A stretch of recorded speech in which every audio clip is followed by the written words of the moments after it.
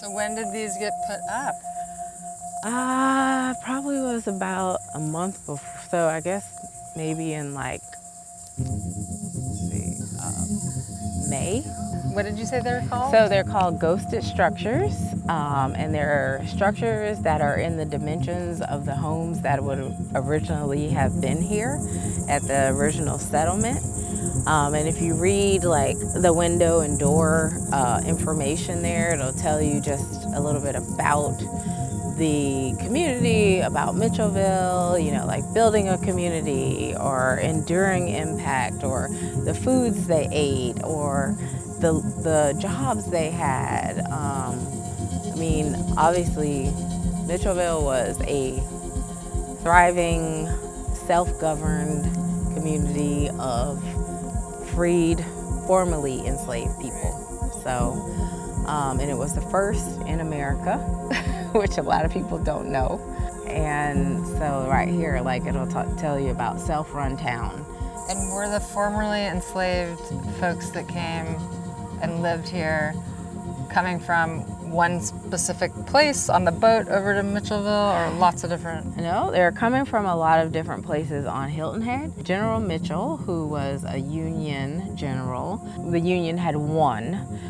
They had contraband, which were the slaves, and they had to figure out what to do with the contraband. So General Mitchell designated the 300 acres, which would later be called Mitchelville, to these formerly enslaved people so that they could make a living and have a place of their own. There are all types of roads that led from Mitchelville. Right. And did some of the formerly enslaved folks that lived and worked here, were they able to earn money working here to then buy property right outside of Mitchelville after? Yes, they were, because some were actually working for the Union Army. Right. And so they got wages from there, or, you know, some grew crops and sold the things from their crops. And for me, I look at it and I'm like, wow. So, like, a family lived in one of these. Could you imagine living with your family and the dimensions of this home today? I couldn't. We used to have like a wooden praise house here, which was always just temporary and a facade. We've given it to the Lola Museum now, so that it's on their property. Yes, Yeah. the Lola Museum of Hilton Head has it. So we will have this, but we'll also have benches behind this, nice. So it'll be a place that people can come and just sit and meditate or be one with this land, which I think is just just has like a feeling in here. I recently learned that anyone after the Union had won, anyone going and coming, like, you know, from Charleston, Savannah, wherever, they stopped over here in boats. And Mitchelville was kind of like a gateway, you know, like you had to show, I guess, papers, where you were coming from, you know, why you might belong in the area. And so apparently this was like the spot. Is the history of Mitchelville taught as part of the curriculum in schools here?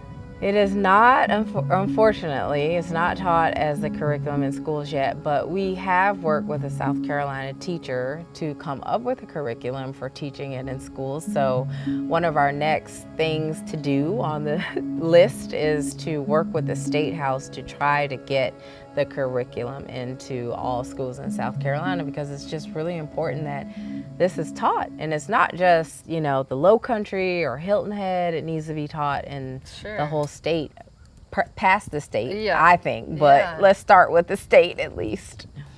This is to all panelists. Why do you believe it's essential for the community and school children to learn about the history of historic Mitchelville Freedom Park?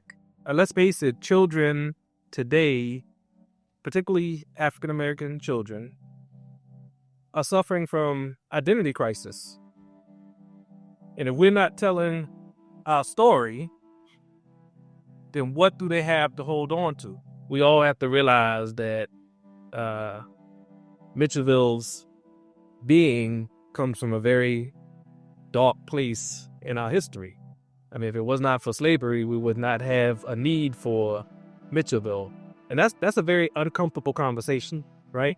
And I think that's a challenge, okay? Because in a lot of ways, folks want to sort of shut that part down and not talk about it, okay? And I think we have to be bold enough as a community, as a whole, to have that conversation, okay? That's number one. So we are the foundation of this island. So you cannot just view the commodities that we have to offer. You have to look at the development, what it took for us to get to this point. And we have to appreciate that, and we have to acknowledge our past, our history.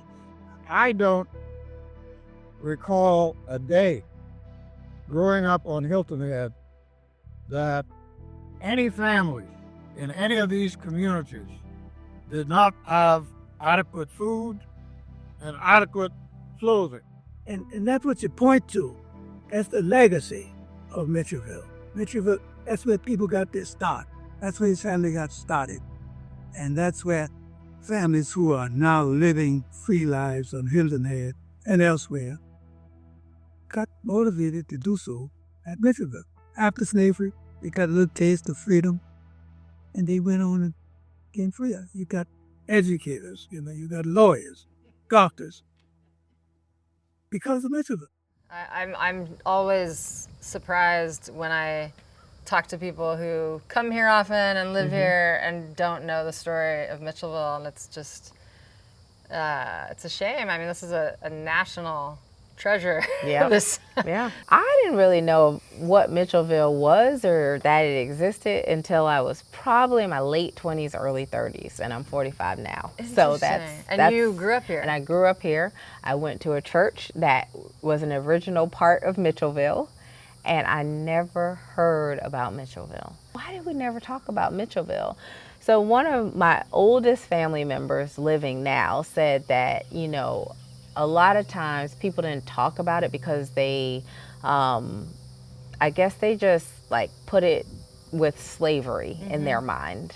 But really it's like a story of freedom. It's not a story of slavery, because these are formerly enslaved people that, they went from being owned to owning land and property themselves. So that's huge, but I think that people back then they didn't want to talk about it. Pain is too. Yeah.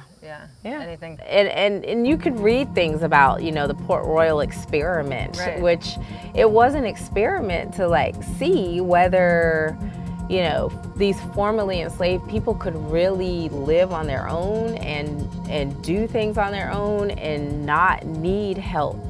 I mean, it's sad, but if Mitchelville didn't work, if it didn't thrive, I often think, where would we have been? Where would my ancestors be? Where would we as African Americans be today? Well, this has been really great to hear your perspective on Mitchelville and hear all the history. Thank you, Lola. Thank you so much for coming. Yeah.